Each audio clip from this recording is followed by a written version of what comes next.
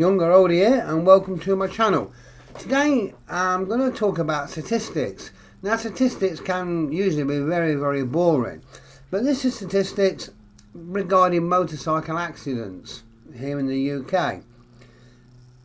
If statistics are taken seriously, at least a picture can be formed, and then obviously research can go into it to see as how and why accidents are happening and what can be done to actually cut that down. So I hope you find some of this interesting.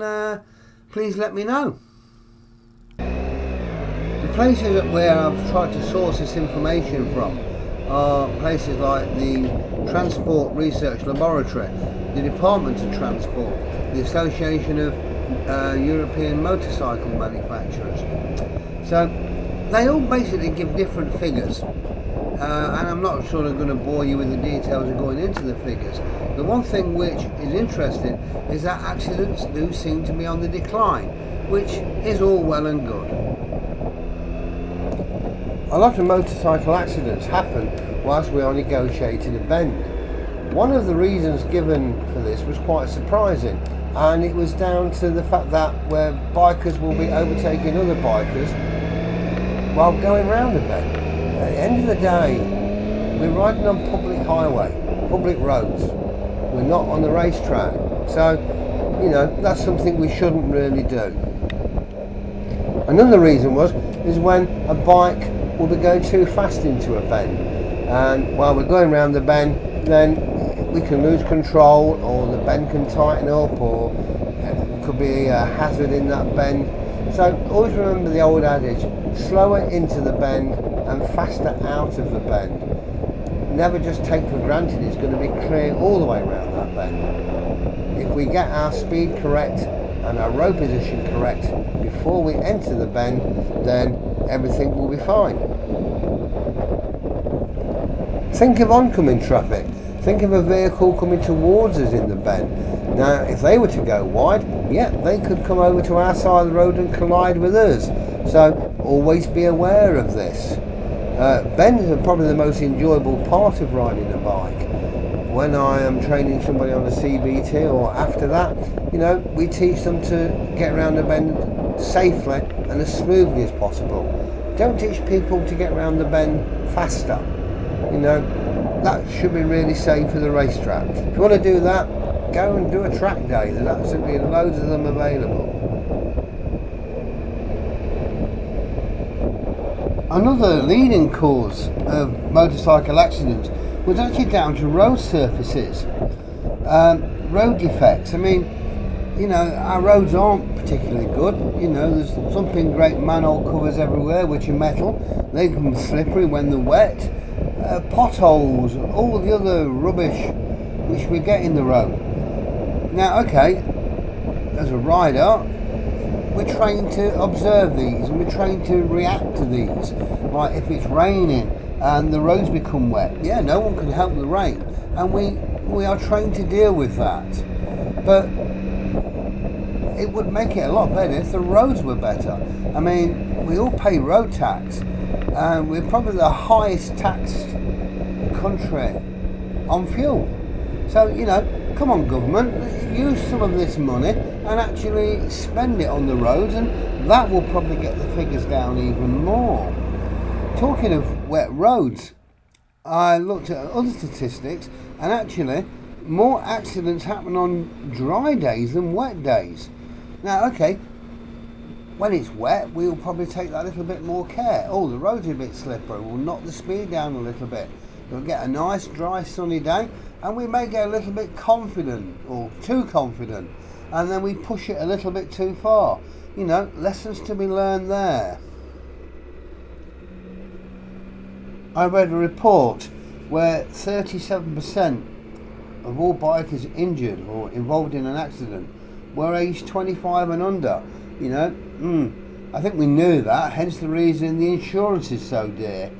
83% of accidents took place in excellent weather conditions, which is more or less what I said, you know, shortly ago. 58% of all accidents occur on 50cc to to 125cc. Here again, is that down to age? When I conduct a CBT, we have a mixture of all ages and across the general public. We do get the 16-year-olds who can only have a 50cc, so they come down to do the CBT on a scooter. Our yard is marked out, and when I'm teaching left and right turns, I point out that the markings, which is the double broken line, would be a give way. And I ask them, do you know what the stop lines are like? And they don't know, because they've never looked at a highway code. The government is actually considering bringing in a law where you will have to do some form of theory test before you can even take a CBT. That may be a good thing, and there's various different opinions on that, but it could be good. At the end of the day, whatever motorbike license you're taking, before you can do your Mod 1 or your Mod 2 test, you need to have took your theory in hazard perception. Likewise with a car. So why not with the CBT as well? One of the things that surprised me while looking through this information was about speed. Now, the figures for the whole of the country were all broken down, so being lazy and not wanting to add them all up and then divide them blah de blah, I just chose to look at the East Midlands, which is where I am from and still live. One of the things which was really surprising is that, okay, at 20 mile an hour there was 3 accidents recorded over the said time period. When we get to 30 mile an hour, it absolutely rocketed up to 882, which is scary really. But then when we get down to 70 mile an hour on the chart, the figure then dropped down to 48. Once again, is this down to the younger, inexperienced riders who are riding a restricted machine which can only do 30 mile an hour? When I'm on a CBT, it's quite scary. You're following some poor youngster on a 50 mile an hour limit. You can only manage 28, 30 mile an hour, and the cars are just whipping by him and chopping them up. It's not always just down to the youngster, it's the way other car drivers react when they see the L plate and somebody can only go a slow speed. So there's probably more room needed there to develop with the younger riders to try and cut that figure down. Even at 70 mile an hour, 48 is still probably too high. Once again, perhaps more experienced riders should constantly brush upon their riding skills, as I've mentioned in other videos. So there's food for thought there. Please think about it, and I'm only giving you these statistics in the hope that you don't become a statistic yourself. So once again, ride safe, take care, and bye for now.